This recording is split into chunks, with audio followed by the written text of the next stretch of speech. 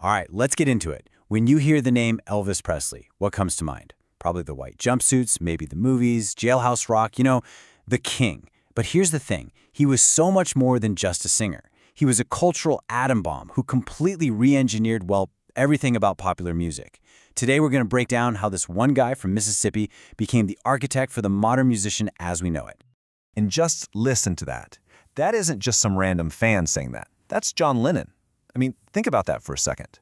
For one of the most important musicians in history to say that nothing existed before another artist, well, that's a heavy statement. It tells you right away that Elvis wasn't just the next step in the evolution of music, he was a hard reset. He was the starting point for something totally new. So that's the big question, isn't it? How does one person, one guy from Tupelo, Mississippi, manage to light a fuse that starts a revolution we are still feeling the effects of today?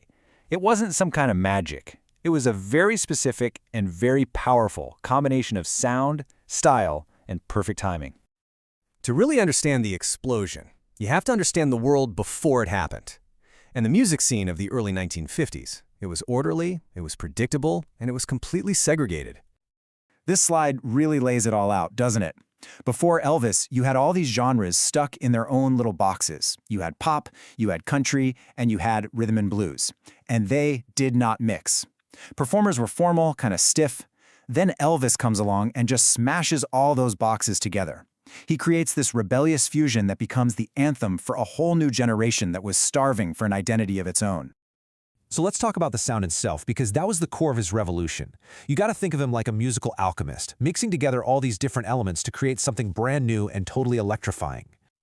Okay, so ingredient number one, the blues. Elvis just got it. He understood the raw, emotional gut punch of artists like Arthur Big Boy Crudup.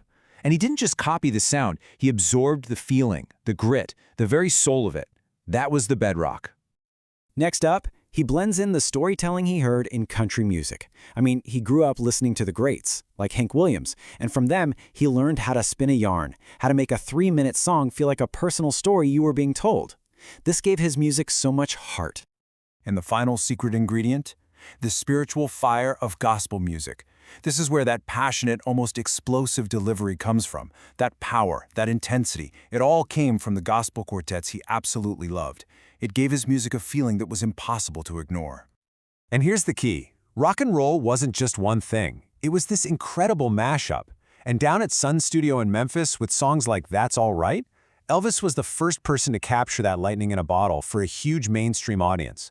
A white kid singing with the passion and soul of a black R&B artist, I mean, in the 1950s, that was completely unheard of.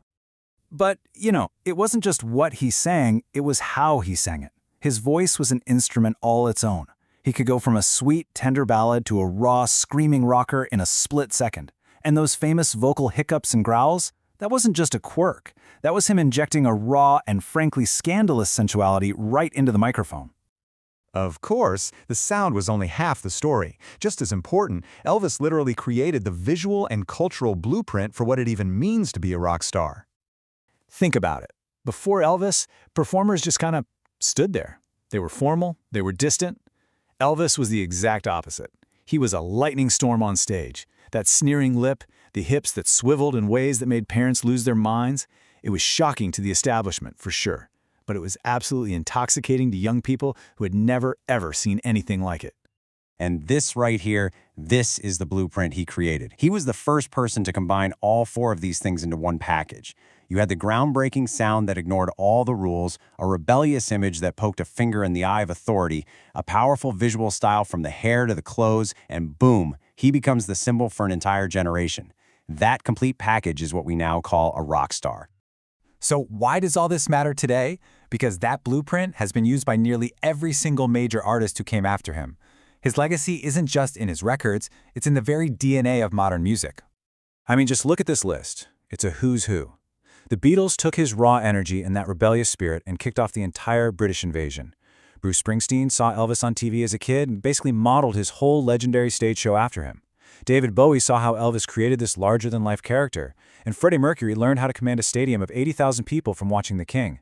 The line from him to them is direct, it's undeniable. So when you boil it all down, it's actually pretty simple. Elvis Presley didn't just sing rock and roll. He designed it. He drew up the plans, the sound, the look, the attitude, and created the entire structure that countless other artists would build their careers inside of. He was, and is, the original architect. Which, it leaves us with one final thought. In today's world of social media influencers and manufactured pop stars, has the whole era of the true blueprint-shattering rock star kind of come to an end? If Elvis was the very first, who was the last? Something to think about.